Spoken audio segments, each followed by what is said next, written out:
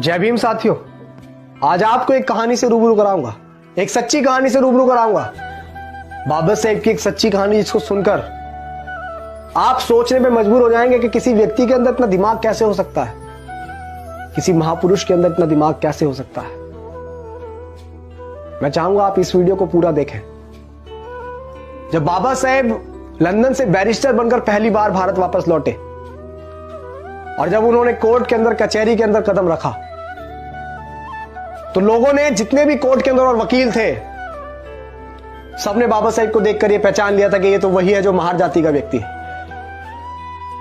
और ये आज काला कोट पहनकर हमारे कचहरी के अंदर आ गया है।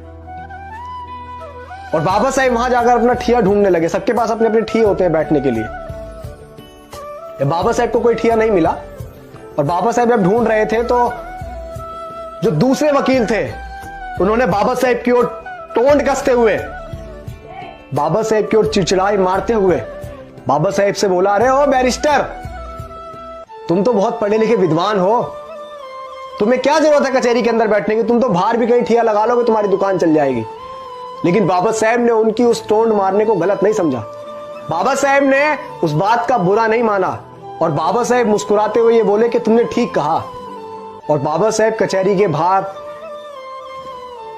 एक जगह जाकर अपना ठिया बाबा साहब ने जमाया, साफ सफाई करके बाबा साहब वहां बैठ गए। मैं बहुत शॉर्ट में आपको बात बता रहा हूं, कहानी बहुत लंबी है, इतिहास के पन्नों में आप पढ़िएगा।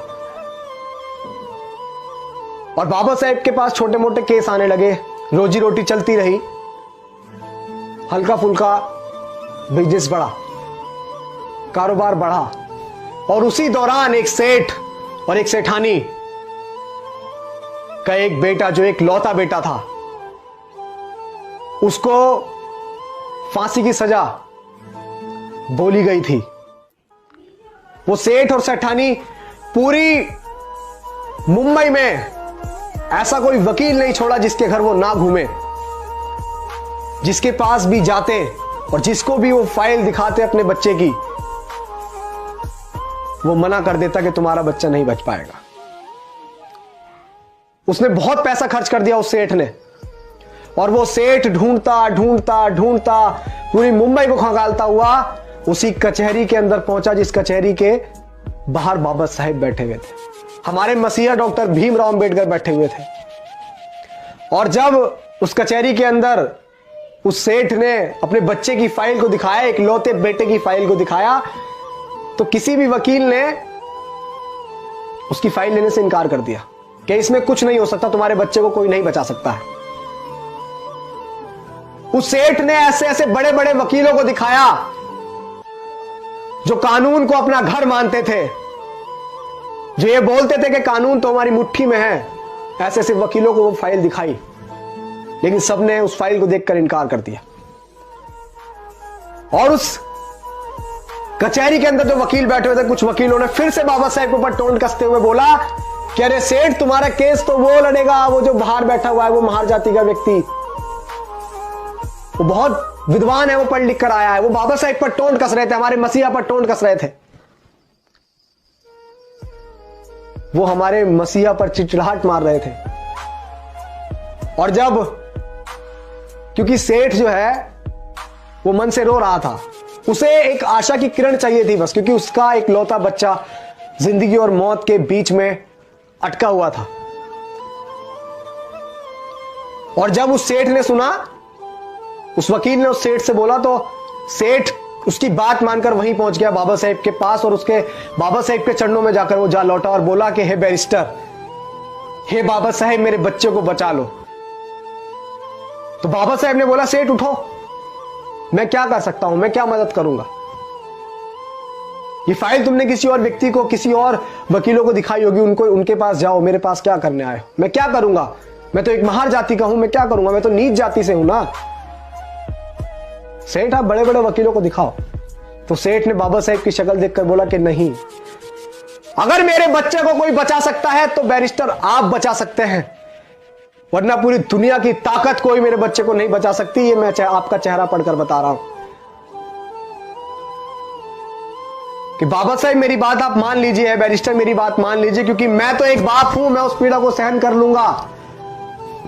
लेकिन जो इसकी मां है, जब उसकी मां को पता लगेगा कि उसका बच्चा नहीं रहा, तो वो भी उसके गम में मर जाएगी। मेरे घर से 2 अर्थियां उठेंगी बाबा साहेब, मेरे घर से 2 अर्थियां उठेंगी। मेरा एक लौता पूत है, मेरा इतना बड़ा कारोबार है, इतनी बड़ा बिजनेस है, इसे कौन संभालेगा, क्या करूंगा मैं इसका। जब बाबा साहेब ने सुना कि उसकी मां मर जाएगी, तो बाबा साहेब को वो बात याद आई कि जब बाबा साहेब छोटे से थे, तो बाबा साहेब की माता भीमाबाई ने एक बात कही थी कि भीमा, अगर कभी जरूरत पड़े किसी निर्दोष की जान बचाने के लिए, किसी का पूत की जान बचाने के लिए, अगर किसी अच्छे काम के लिए झूठ बोलना पड़े, तो संकोच मत करना भीमा, संकोच मत करना। और बाबा साहेब ने फाइल देखी और बाबा साहेब ने फाइल देखकर बोला कि सेठ ये बताओ, ये फाइल तुमने अब से पहले किसी और वकील को दिखाई? तो सेठ ने बोला कि है बैरिस्टर, मैंने ये फाइल दिखाई नहीं, मैंने इस फाइल पे इतना नोट खर्च किया कि किसी की आने वाली 3 पीढ़ी भी कमा नहीं सकती। मैंने इतना नोट इस फाइल पर खर्च कर दिया है, बस आप मेरे बच्चे को बचा लीजिए। ऐसे हाथ जोड़ के वो गिड़गिड़ा रहा था, बाबा साहेब के चरणों में गिर रहा था, बाबा साहेब के सामने हाथ जोड़ रहा था। और जब बाबा साहेब ने उसकी पीड़ा सुनी, उसकी फाइल देखी, तो बाबा साहेब ने बोला कि जाओ सेठ, मैं तुम्हारे बच्चे का केस लड़ूंगा, जाओ। और जब बाबा साहेब माने केस लड़ने को,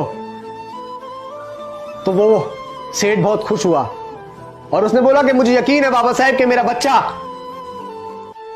अब बच जाएगा। जिंदगी और मौत में मात्र 10 दिन का फासला था, फांसी को 10 दिन बचे थे। कचहरी लगी, अदालत लगी, कोर्ट लगा। आप सुनिएगा बड़े ध्यान से कि किसी व्यक्ति में इतना दिमाग कैसे हो सकता है। हम क्यों बोलते हैं कि हमारे जो मसीहा, हमारे रहबर बाबा साहेब डॉक्टर भीमराव अंबेडकर जैसा दुनिया में और कोई नहीं हो सकता। ऐसे ही नहीं बोलते हम ये बात इसीलिए बोलते हैं क्योंकि उन्होंने ऐसा करके दिखाया। उनके दिमाग की बड़े बड़े लोग दाद दिया करते थे, किसी व्यक्ति के अंदर दिमाग कैसे हो सकता है। कोर्ट लगा, कचहरी लगी, कोर्ट के अंदर तो दोनों पक्षों के वकील आए। जब बात बोली गई तो जज ने बोला कि अंबेडकर तुम कुछ दलील देना चाहोगे? तो बाबा साहेब ने बोला कि नहीं जज साहब, अपना फैसला सुनाइए आप, मैं कुछ नहीं कहूंगा। आप सोच रहे हैं, अब वो सेठ बड़े संकोच में था कि ये इसने तो बोला था कि मैं तुम्हारे बच्चे को बचा लूंगा और ये कोर्ट में कोई दलील भी नहीं दे रहा है। तो बाबा साहेब ने बोल दिया कि जज साहब आप फैसला सुनाओ।